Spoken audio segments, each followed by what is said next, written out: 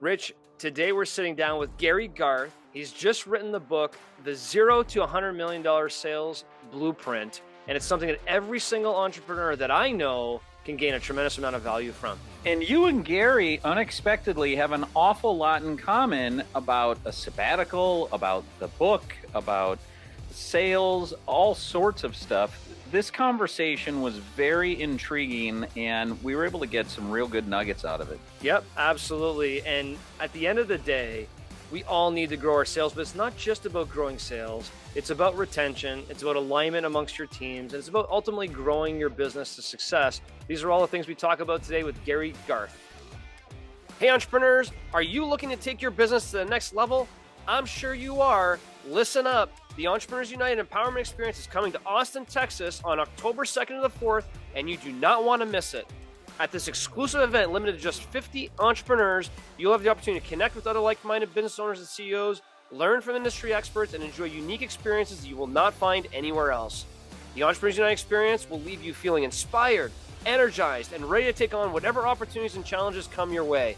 So mark your calendars now for October 2nd to the 4th, and join us at the Omni Barton Creek Resort in Austin, Texas. You will not regret it. Visit entrepreneursunited.us to learn more and secure your spot today.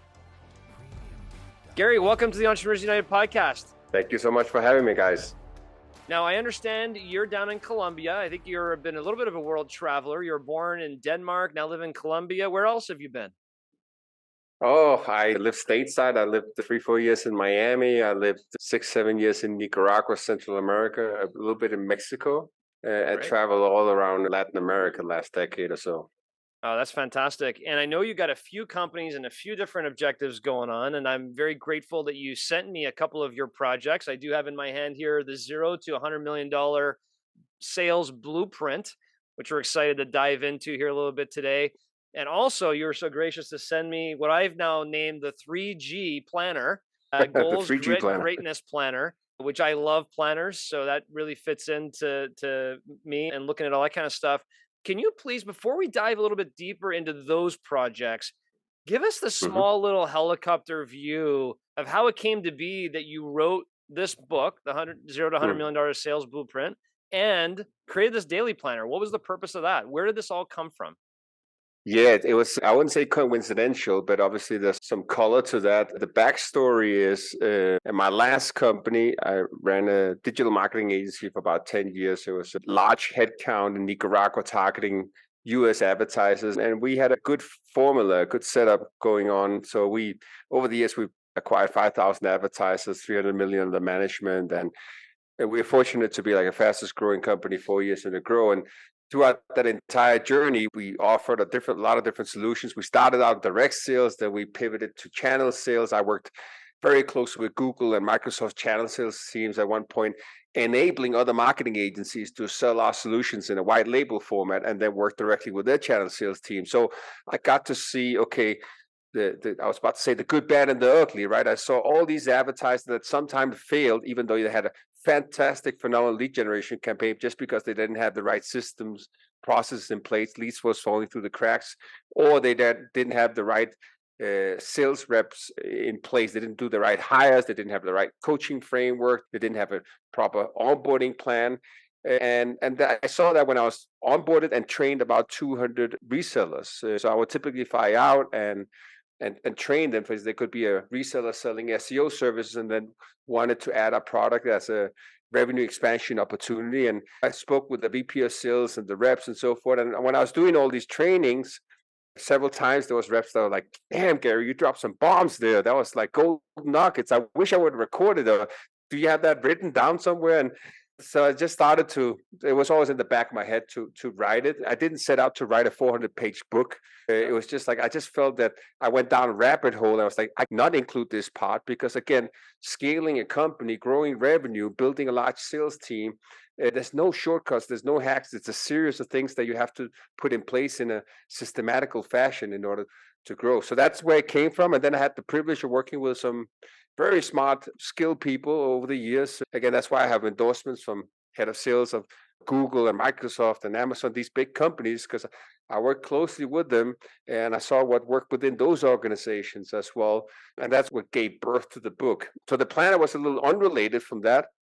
When I cashed out in my last company, I wanted to become an investor in different projects. I am a small time angel investor, basically trying to look for projects where I could apply my skills and resources and help entrepreneurs scale more effectively. That's why I have these offices in Medellin, Colombia. That's also acts like a accelerator and incubator.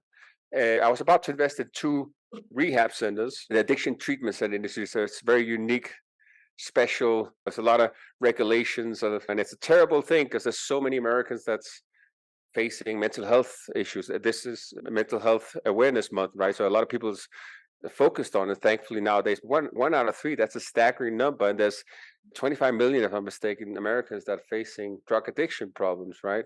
And then imagine all the people that are suffering, the family, the kids, the significant others.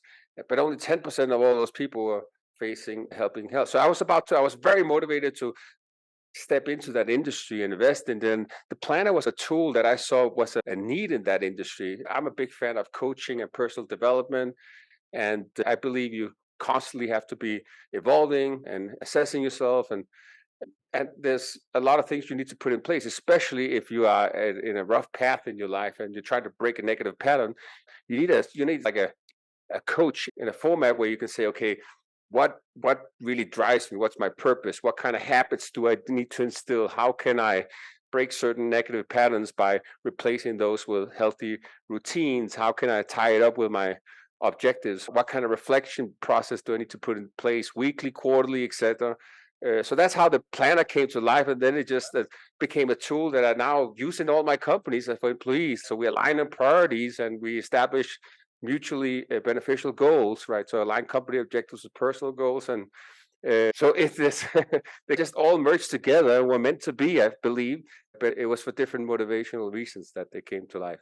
Oh, I love that. And Elevate, which is one of your companies, is that the incubator you're talking about? Well, actually, so that was as a result of that backstory I gave you on the addiction treatment. COVID hit right at that point, and this Yep. was luxury boutique centers, respectfully, in the Dominican and in Canada. So there was travel restrictions for several months that kind of shut that down there. But I was fortunate throughout that due diligence process. I was interviewing a lot of marketing agencies, and my take to the partners was like, let me sit in on that topic. I know a thing or two about that if I was about to hire a subject matter expertise agency in this category. And I was a little bit surprised about like the solutions they were offering. And I was, as an investor, I was not willing to bank my money. And it's like somebody where there's no promises whether we could have a high occupancy rate, what the cost per acquisition would be, and tangible strategies that could be predicted somehow financially, right? I'm always about what's your customer acquisition cost ratio versus lifetime value. Let's try to build on that. Is it worth investing in? Where should we allocate our funds? And those solutions were not in place. So when the addiction investment got a little sidetracked, I was like, here's an industry where I could take my skill sets, experiences, and resource and plug a solution into the addiction treatment, mental health care, and indirectly help the many people I was passionate about helping just by enabling these fantastic centers and providers that are out there that are not operating at 100% capacity, despite there's been millions of people that need treatment, right? So for me, it's all about enabling them with the right lead generation, having the right CRM tech enablement process in place so leads don't fall through the cracks. And then also going in from I call it sales process architecting, basically making sure that everything is mapped out and it could be scaled so that admissions team, the sales team follows a process that leverages all best practices and is designed with profitability in mind, can be scaled. Then that way they can help more people indirectly.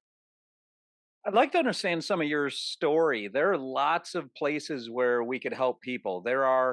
I have a friend of mine who one of the things that he does is collects clothing and provides it to people who were rehabilitated who come out of incarceration.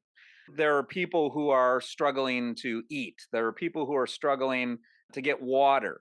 People who are struggling with housing. They're first generation immigrants. You chose addiction. Why? Yeah, fantastic question. I had it very close to my own life. I've had a family member struggling with it, and I saw it's not necessarily just the pain of the addict, it's the family members, it's the significant others. They're the ones that sometimes suffering the most. My best friend may he rest in peace, passed away because of it. And I was just like doing that. And then also working with these so many skilled people, entrepreneurs, top paid executives, where you look at them from the distance, you're like, they got it all, right? And then you read all these statistics like that, what is it, 97% of companies fail, right? Cease to exist within a certain time frame. And that percentage that succeed make it a beyond $1 million in annual recurring revenue. And then holy shit, 80-90% of all those entrepreneurs, they experience burnout, depression, addiction challenges, mental health. So I just saw, just because you achieve XYZ milestone or this accomplishment, it's not the finish line moves always, and that's not equates to fulfillment. And so for me, it was very dear to say, okay, how can I help all people change the perception about all of this? I call good for you to have married this pain point in your life around, it sounds like family, and you have this best friend who had passed away, and I'm sorry for your loss, Thank that you. has inspired you to be very passionate about the cause of addiction. And you've been able to marry your skill in business to be able to serve that. I think you are in an absolute sweet spot that so many people wish Yes. they were, where they could have a passion for the skill they have in business and apply it to an industry or a product or a service that they have equal passion about as they do the business itself. Agree, because you can find that it's just like you just jump out of bed by yourself automatically before the alarm clock rings in the morning. And I'm always thinking about it, but I never think about work. I'm actually so driven about it. It didn't come by itself. And I have to be frank to anybody who's sitting out there listening and thinking there's something wrong with me, or why don't I have that purpose? Or it takes time to find. I'm 43 years old and I was depressed myself for a long period of time. I always think, okay, if I just make X amount of money, and I made a lot of money, I was a millionaire first time when I was 23, lucky with a company. And with my last company, I just remember one night sitting, just closing a deal and earning 2.5 million. And I was like, didn't change and I was just like, how am I helping? How am I making a difference? How's this extra money going to change anything? Basically, I'm just helping some personally injured lawyers make more money, and these tech giants take all this money in this platform that's not being paid taxes off. So I was like, I want to do a difference, and I got to find something that sparks me, because I started to question what's the point with everything. So what I did, and maybe that's just for anybody who may, I sold my shares a little bit unexpectedly. I took a sabbatical year. I traveled I traveled a whole month to Peru, for instance, to give you a crazy example. I did ayahuasca, 9 ceremonies.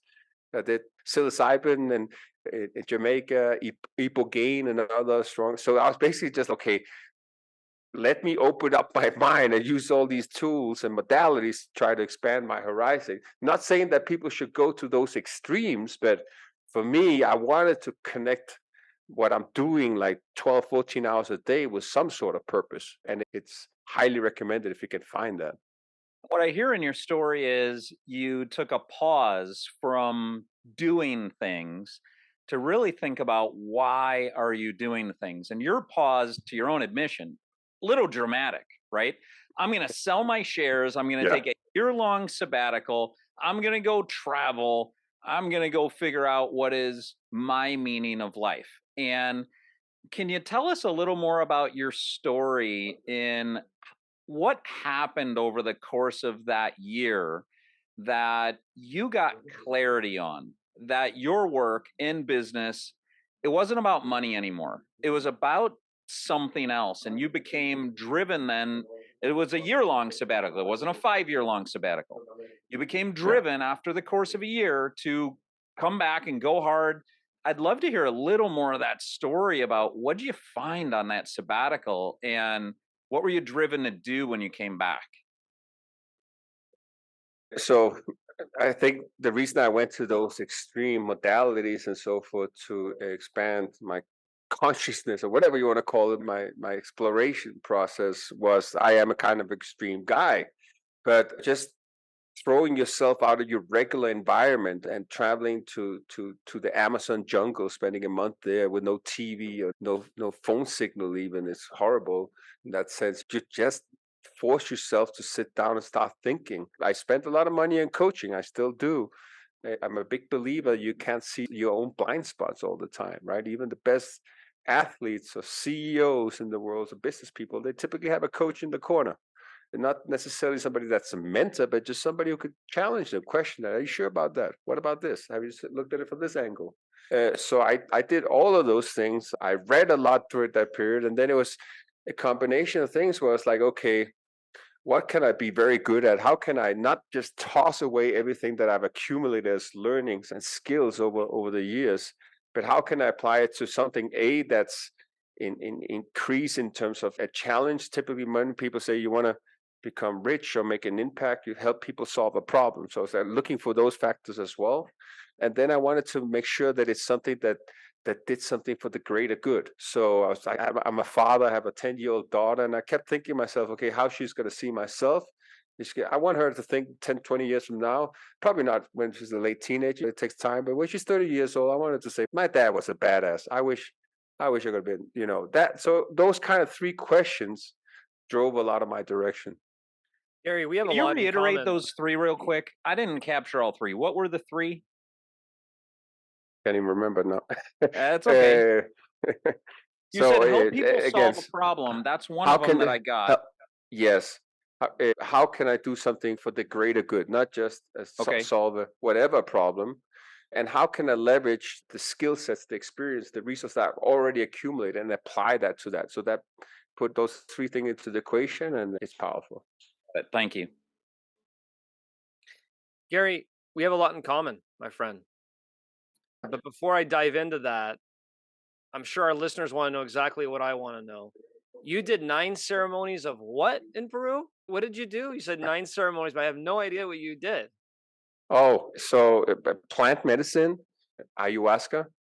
So I studied that a lot. I wanted to invest a lot I've invested some in psilocybin therapy, etc. I looked a lot at ibogaine. It's just another strong plant medicine from Africa, Congo. And these are all things that help break down your frontal cortex and just all these standard social conditions that you've been programmed with. It helps just break them down. So it's becoming more and more popular. Like, for instance, psilocybin is for therapy, right? Is some people say it's 10,000 hours of therapy in one session. And it's not that it's some magic blue pill you take. It's just that you just expand and break down the norms. So you're willing to see things from a different angle.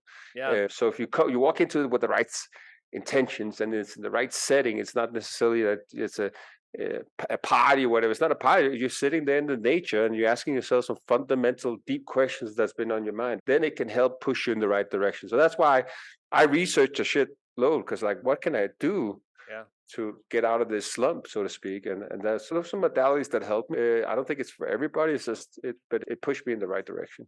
Very cool. Thanks for sharing. Just share this with you with my story because it comes back together. I had a pretty massive failure in 2018 and lost a company I'd been building for 15 years. And I took a year sabbatical. I took it more locally, but it was a year sabbatical in 2019. And what I was trying to do was find my purpose. And at the end of 2019, I wrote a little ebook, never really published it or anything, it was just for friends or family, called You 2.0, Find Your Purpose and Kick Some Ass. And the process that I followed also had 3 questions. And it was the Venn diagram that is in Jim Collins' Good to Great, the hedgehog concept, which is, what are you most passionate about? I love that book. What can you be the best in the world at? And what drives your economic engine? And right in the middle of those 3 circles is exactly what you should be doing, which then launched this podcast. I actually am writing a book right now, eerily similar, called The $100 Million Journey, 7 Entrepreneurial Principles for Success. It's not a sales book at all. It actually goes the other way on finance and a whole bunch of other things, but just a very eerily similar journey where I had to find myself. I had to find my purpose. And actually one of the first things I did, and Rich knows this and all our audience knows this, is I got the One Thing Daily Planner, which asks you all these different types of questions. When I was looking through your Goals, Grit, and Greatness Planner, I was reminded of that planner, but then also the level of depth that you ask of questions in here is a lot deeper than that planner I had before. Congrats on that. And I do think that one of the books you mentioned as one of your best resources has come up a lot on this podcast, which is Think and Grow Rich by Napoleon Hill. I sense a lot of that Mhm. coming from you in this conversation. Yes. So I Go want to ahead. kind of transition us, if we can, Gary, to Mm. this book you have that's out, 0 to 100 million. I do love the fact that it's not a 200-page book, because there's so many resources you put in here that you didn't have to put in, but you really jammed it full of resources. Back in the day, Rich used to do sales training for our companies as well. But I'd love to just hear from you, not necessarily enterprise software sales, but just sales in general. What do you think are the top Mhm. three, maybe three, four, five keys that you think entrepreneurs miss in their sales strategy that kind of blocks them and prevents them from growing? I get asked that question all the time, right? What's the number one thing I can do? How can we grow our revenue fastest this year? What do you recommend? The very first thing that comes to mind is, like I put in my book, a chapter, God, we trust everybody else brings data.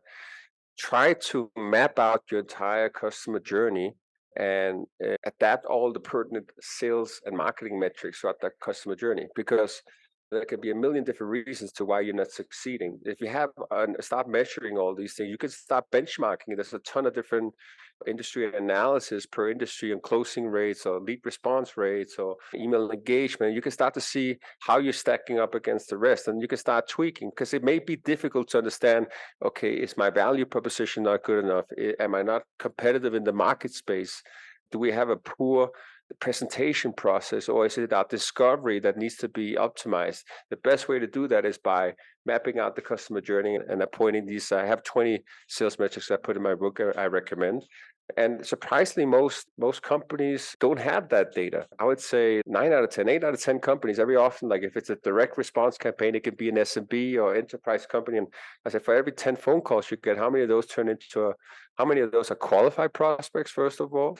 And secondly, how many of those do you close? How long time does it take for you to close? And what's the average deal size? And just that intelligence, if you don't have that, it's hard to optimize your process and then start replicating it. So that's like the fundamentals. Before you get to that point, there's even the question, have you done proper market research? Do you know who your ideal customer profile is? And that sounds quite simple, but nowadays there's so many different data companies out there, and a lot of people just do the shortcut and buy some database and assuming it's all good, and then they create some sort of generic outreach campaign, or they rely on some marketing channels. But do you truly understand your potential customer? You know, the firmographics, demographics, even psychographics, so that you can create the right narrative and create a compelling pitch and truly understand where do you differentiate in the market, and what problems can you help them solve. So that's obviously a keystone, a cornerstone element in the process that you need to get right. And then throughout that, the whole sales cycle is, okay, do you have the right onboarding process of reps? Are you equipping them with all the best practices? Do you have a sales playbook with scripts, rebuttals, and manuals for everything? And do they understand the competitive landscape? Are you equipping them with knowledge enough to be, more than just a sales rep, but become like a guided advisor, a solutions architect, somebody that could truly get under the skin of the prospects and understand like what's the best path forward for you, right? And typically, if you have a presentation process and so forth, is that done? Is it everything documented? Is it so it's impossible to optimize anything if you have a sales team of 5, everybody's doing something different because that's what they believe in. You need to have some consistency to optimize it. Another thing that comes to mind is sales and marketing alignment, a huge one, right? So almost these two siloed divisions in most companies, even big ones, right? Marketing has one set of KPIs and metrics, and sales has a different one. They barely speak to each other. Marketing is trying to create marketing qualified leads and focus on content that can rank organically, and sales is just desperate to get a piece of content that they can help within the sales process and close more deals. What if you merge those two things together? Magic happens, in my opinion. And then to your point on the Jim Collins headshot concept, Good to Great, one of my favorite books, by the way. Sales tech and martech is very hot nowadays, right? And people are very easily persuaded that, if you add this plugin or this tool or this software, then you can do this way quicker. We can automate things. No, but then you end up having 20 pieces of sales technology. People don't adopt it. Half of people use it, the other don't. There's again, it's not making the impact. First, get the process right to the T, And then you add technology that can act as a catalyst for amplifying these best practices that you boiled down. So that's why it's a 400-page book, because there's not, you hear it, I could go on for hours. It's not one thing you just can do. You need to follow all those different steps to make sure that you become, but that's at least a good status you can get. You can Yeah, grow I no caught matter 5 what's the here. size of your companies. Yeah, I caught 5 here that I just wanted to come back to in a maybe a little bit different order, but you need to know who your buyer persona is and who you're going after, because not all customers are created equal. You want to know which are your most profitable, longest lasting customers, and that know who that is. Number 2 is map out the sales customer journey. And something I think Rich and you and I learned very early in our career is just you got to manage by the metrics. What are your close ratios? What are your average job size? Whatever the metrics are for you. 3, boarding training reps, which I think a lot of entrepreneurs take for granted. They assume if they just hire someone with a good resume, they'll put them over here and sales will generate. Doesn't happen. Number 4, sales and marketing alignment. Absolutely. I think as well, you said you owned a digital marketing firm. It just seems a lot of sales are now happening through marketing efforts, which is it's all combining a little bit in some worlds. And number 5, get the process right, then the tech to drive efficiency, not the tech to drive efficiency and figure out the process. So reverse that order. Those are the 5 that I captured. Those are really good. But I think if I had to sum it up, you probably have another 50 to 100 in this book. Yeah, there's 14 chapters, so there's a few.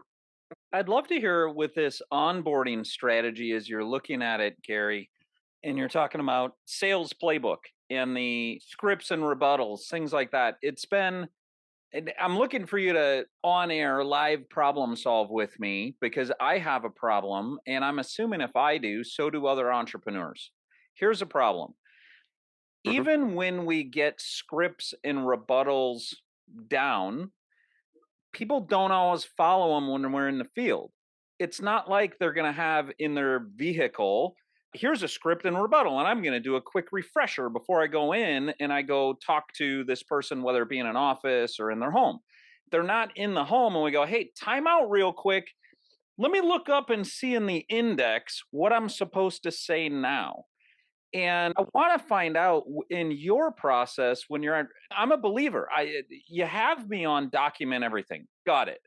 How the heck do you go from documenting everything to people actually using it? I understand training and coach them, and that doesn't seem to be enough to do it. What do you have that's different that actually equips execution in the field? It's not an easy thing. So let me just make that clear for everybody who's maybe doubting themselves on the things they have experimented. I've tried a lot. Thank you, and first of all, for not validating my inadequacy and making me feel comfortable in my own skin. That it's not easy. Good job validating my emotion. No, but I hear it so often, so yeah, I just wanted to throw that out there. Yes, thank you. Because that's a equally important part of the equations. As I put in my book, I think any founder, and if you don't have that in your DNA, then you should maybe partner up with somebody who has it. You need to be also the chief sales officer. You need to lead by example. That goes a long way. So it's like everything that is documented is proven to work, right? And you can coach it, you can demonstrate. It's not an external consultant coming in and coaching on some methodology, and then it's just left up and you follow up. And it's something that's reinforced day in, day out. And you jumping on calls as well. You applying it so people can see that it works. Having huddles daily, morning huddles, like evening huddles, where you leverage that time to also do role plays and do these exercises. It's a little bit like going to the gym, right? It doesn't happen overnight. You need to go 5 days a week for an hour. You also got to consider nutrition, and then you'll start seeing some results after a while. And so I think that's why a lot of folks maybe give up on it, is that they just don't have maybe the patience or the bandwidth to apply it. For a million reasons. We all know every entrepreneur and sales leader is wearing a million hats typically, so it's understandable. But if you manage to put sales first and crack the code on that, you can build a revenue machine because you have something that can be scaled.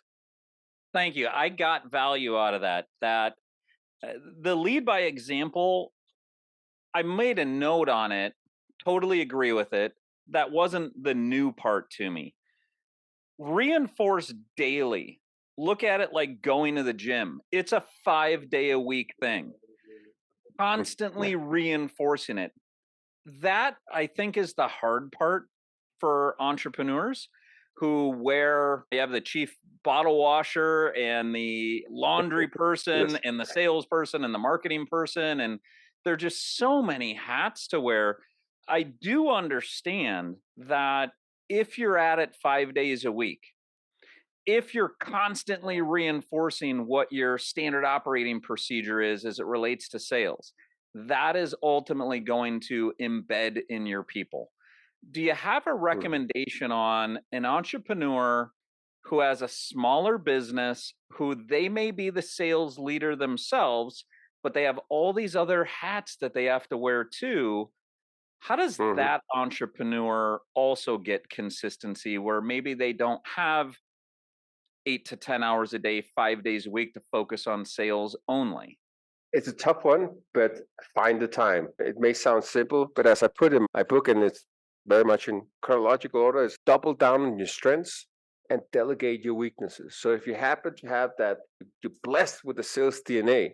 I always say I'd rather have a fulfillment problem than a sales problem, right? Because if you have enough customers coming in and so forth, you can buy yourself out of most challenges. You can hire consultants, experienced people to come in and help you and get the right systems and support vehicles. So if you're blessed with that, then invest fully to it. I learned that the hard way. I didn't really embrace mastery throughout my career. I had a talent for sales, but I wanted to be the CEO, and the CEO has to be also super spreadsheet master, right? I can navigate through myself through a spreadsheet, but I'm definitely not a master. And you also have to be a financial wizard, right? And understand all the balance sheets. And the bigger the company that gets, the more complicated it can get to some extent. And I do have financial acumen and so forth. But for instance, and as an example, in my last company, and we're growing 300 people, and we had a board of directors and I had partners, and there's like, one of the board directors said, a CEO only has a high school education. Shouldn't he have some financial knowledge? And I took that very deep to me. And they actually sent me to Harvard to take a course that's called Finance for Senior Executives. And I just remember sitting there at campus at Harvard in Boston, 3:00 at night, just looking down at this paper. It was like all one blur. I didn't understand anything on this paper. I was like, screw it. One of the reasons is, at least because we put sales first, and I was able to build a big successful sales team and client facing. Maybe I'm not as a CFO candidate, but then let's hire somebody to do it. And if I'm not the right CEO for the company at the current stage, let's find somebody else, and let me go back into what I actually like to do, because that typically comes again out of the state of passion and joy, and you're not so tough on yourself. And it's difficult to be a jack of all trades. In that specific scenario, it's about making some hard decisions and maybe prioritize it, which is God freaking difficult, especially as an entrepreneur. And I get it. You're wearing a lot of hats, but sales has to be one of the biggest hats in the equation, because without sales, there's no growth, there's no company. And I think the undertone of what you're saying when you say double down on the strengths and delegate your weaknesses is understand what are your strengths to begin with, and understand what are your weaknesses. Because if your strength is sales and sales coaching, then go find some stuff to delegate and keep doing that, because you're awesome at sales and sales coaching. If you're not a sales and sales coaching person, stop trying to be and go hire someone who is, so you can delegate it. Yes, exactly. And that's what can get difficult sometimes, to delegate it. I also tried that. Again, I also say my book could have been labeled 101 Things Not to Do, right? Because I definitely failed a lot. And for instance, despite having a lot of sales experience, at one point our company almost crashed because we didn't hit some financial targets that were associated with incentives and rewards from some of our big partner companies. And that was because I made a mistake of, okay, and now I'm stepping out of sales. I'm going to bring in a sales guy. And I looked at the resume. And for instance, it's a big difference in hiring somebody who can create a blueprint and somebody who can follow a blueprint. So it's not an easy. VP of sales, typically a very hard position, or chief sales officer, chief revenue, whatever you want to call that position. Very difficult hire.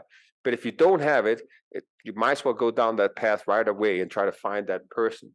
Because instead of twisting your own arm to become something you're not, right? It's never going to work.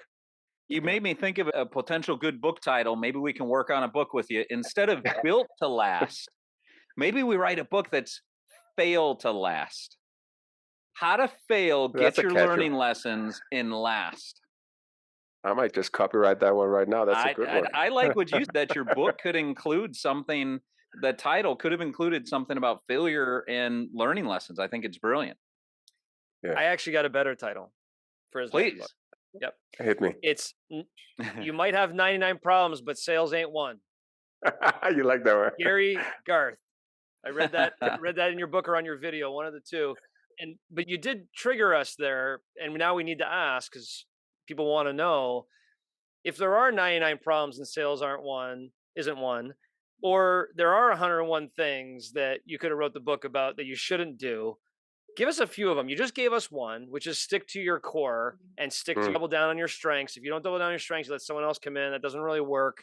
But give us a few other examples through your entrepreneurial journey that really resonate with you, where you're like, yeah, don't do that. That was a big mistake. Yeah, absolutely. Several come to mind. One is, don't try to boil the ocean. Don't try to be everything for everyone. Pick a niche, pick an industry, double down on it, get some market penetration, get the documentation before you expand into something else. Sales and product alignment. We talk about sales marketing alignment as well. At my last company also, even though the sales was blowing up, there was not proper alignment, and we had super high churn, cancellation. That leaves bad reviews, bad reputation, creates a ripple effect within the company. Financially, it's a nightmare, right? There's a Harvard Business Review study, I believe, something about if you improve your customer retention rate by 5%, you can improve your profitability upward 95%. Getting customers to stay, that should be the number one focus. Just client centricity, it sounds very standardized, but if you think about companies today that outsource all the customer service, and you got sales process when account executive or sales rep lands the deals, and then there's a cold handoff to somebody else. I just seen the impact. So my companies now, it's okay. We need to do that? Maybe not, but we're going to do it anyhow. We're going to turn everything. We're not going to take a coincidence when it comes to the clients, and it's all about sales reps remaining involved in the relationship with monthly business review, quarterly business review. There's an internal QA process to make sure that everything is done. There's extensive briefs like between sales department and fulfillment to make sure that everybody understands what the objectives are, what are all the pain points, because sometimes a customer has been talking with a rep for months, right? Years sometimes, about some solution, or finally they take a leap of faith, and then they have to start all over with an account manager that has to get the same explanation. No, come on. So I learned all those things the hard way, right? And it impacted profitability certainly and growth. That's another thing that I learned that hard way. And then also, like one of my good friends, he said, yeah, Gary, 0 to 100 million, that's great. If you want to go to 0 to a billion, then you focus on operations. That really stood out with me. I like that. So I'm good at sales and marketing and customer acquisition, but I could have been way better at operation. I can still be. Again, it's something that I delegate now. Operations, that's the vehicle, right? That's cornerstone of making things happen. That's another thing I would put in there.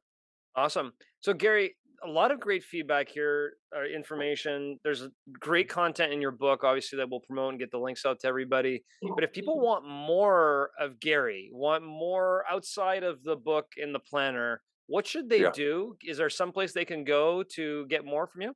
My personal website is Gary Garth, like my name, GaryGarth.com.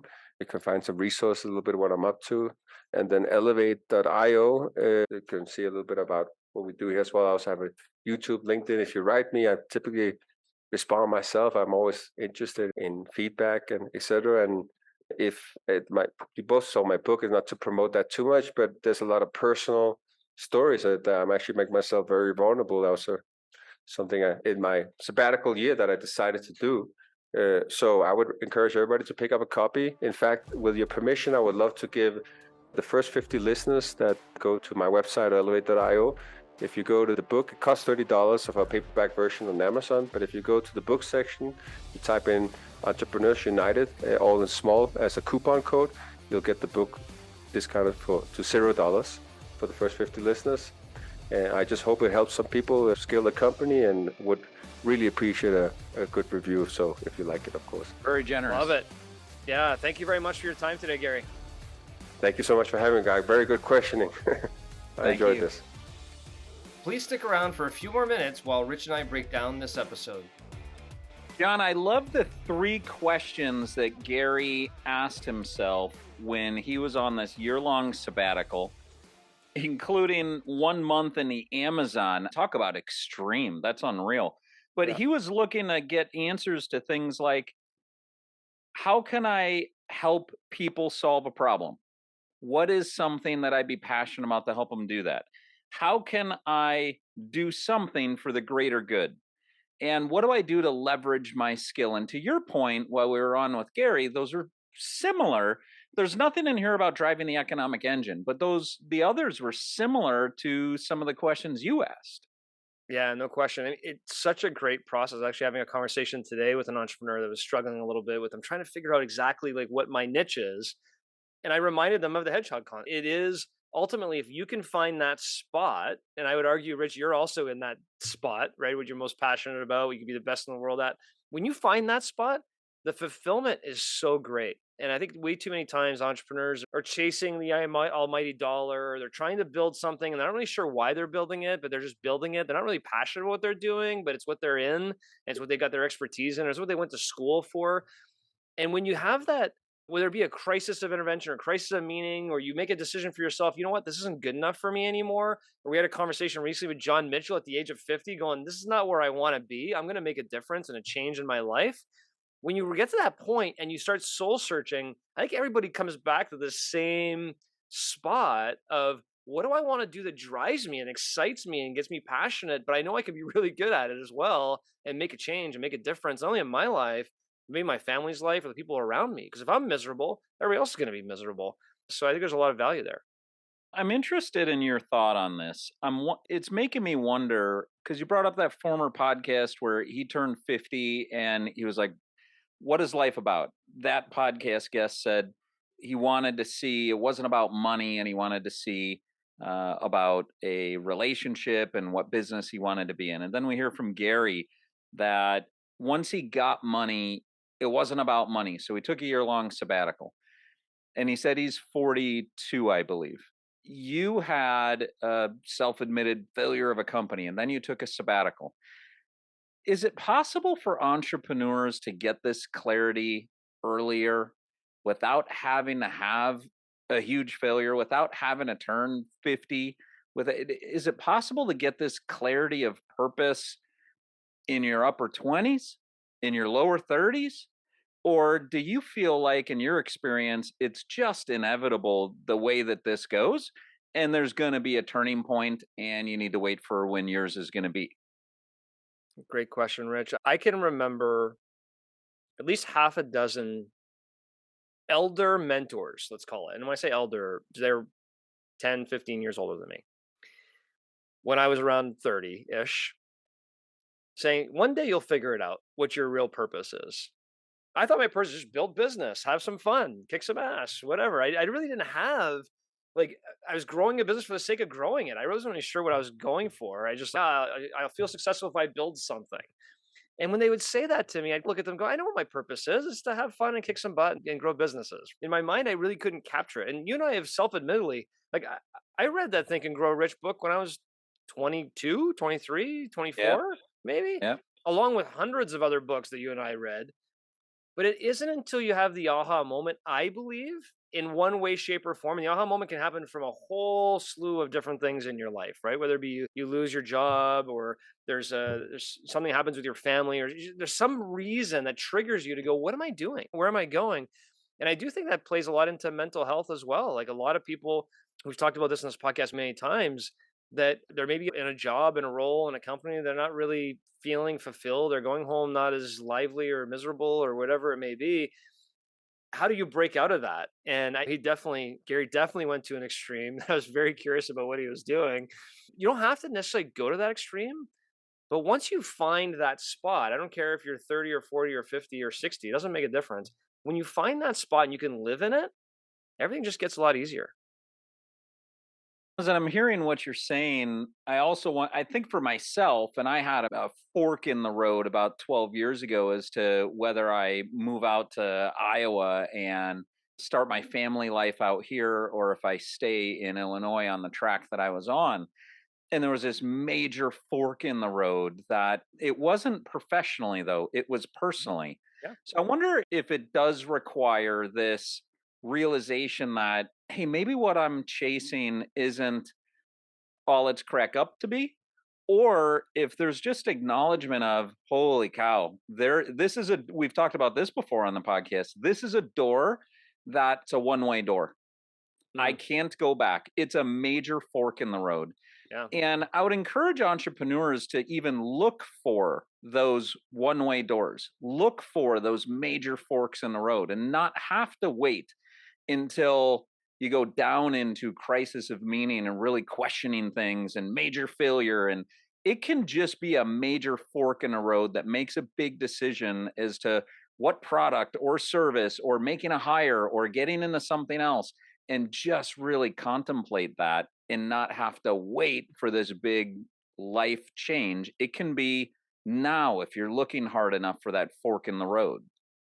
Yeah, or that learning or that mentor, or even, again, I'll keep going back to this daily planner that Gary has, right? The goals, grit, and Goals, greatness grit, planner. and greatness. When you do execute these principles from Think and Grow Rich, and you document what you're trying to do on a daily basis, your intentions change and everything starts changing in terms of what you're trying to do. You can do that on a daily basis. You don't have to wait for something to hit you in the head and be like, oh, I guess I should start following some principles that from a Right. book that was written in 1936 on how to be successful. You can start following it right now. And there's another piece too, Rich, that, way back, I can't remember who said it that we were connected with, but it's kind of your journey is kind of like a plane. It never is 100% on the destination of where it's going. It just makes all these tweaks along the way in the air until it lands at JFK Airport in New York. And so that's life.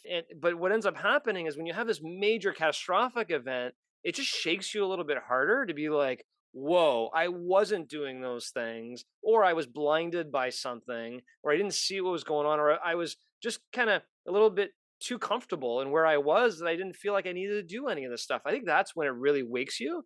But if you're young listening to this and start doing now the thoughtful planning on who you want to be, where you want to be on a daily basis and execute these principles using a daily planner like Gary has, that's where you'll find success.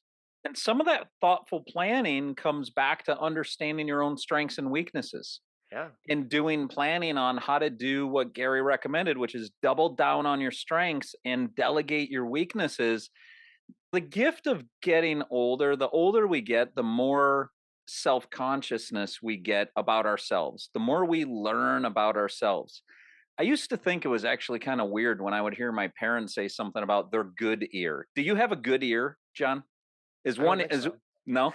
I can tell you my left ear is better than the right. And Okay. it may have been that way my whole life long, but the older you get, the more you realize these nuances about yourself.